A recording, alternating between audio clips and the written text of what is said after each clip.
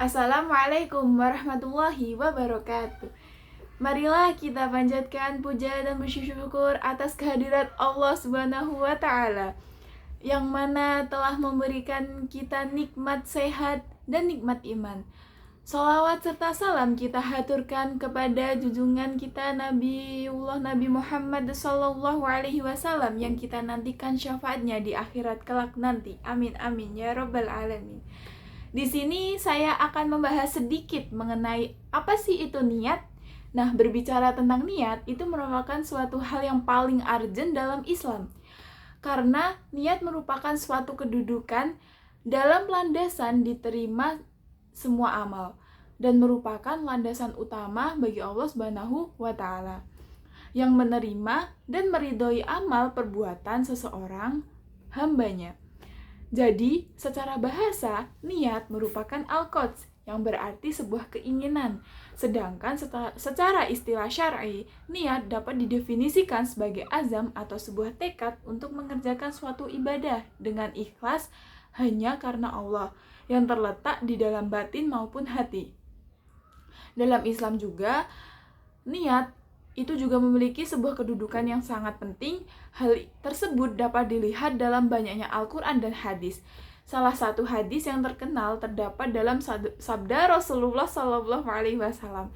Sesungguhnya setiap amal perbuatan itu tergantung pada niatnya, dan sesungguhnya setiap orang akan mendapatkan apa yang dia niatkan. Hadis riwayat Bukhari dan Muslim.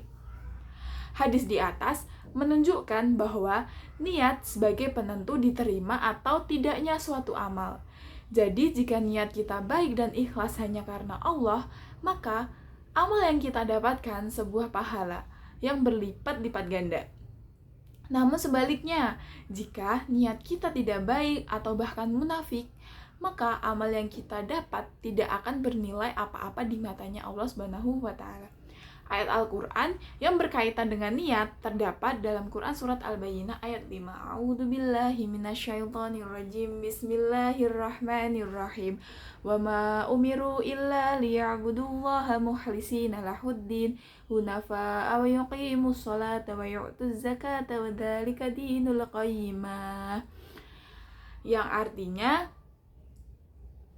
dan mereka tidak diperintahkan kecuali supaya menyembah Allah dengan memurnikan ketaatan kepadanya dalam menjalankan agama yang hanif, dan supaya mereka mendirikan sholat dan menunaikan zakat, dan itulah agama yang lurus.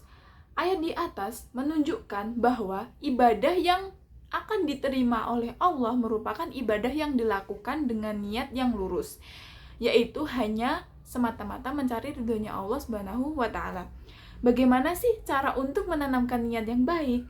Nah, memahami tujuan ibadahnya dulu nih. Kita harus memahami dahulu mengapa kita melakukan suatu ibadah dan apa sih tujuan yang ingin kita capai. Nah, yang selanjutnya ada membuang niat-niat yang buruk. Kita harus senantiasa membuang niat-niat yang buruk seperti riya, terus ada sum'ah, terus yang selanjutnya ada ujub.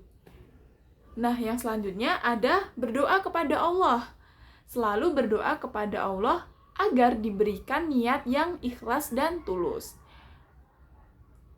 Baik, cukup sekian yang dapat saya sampaikan.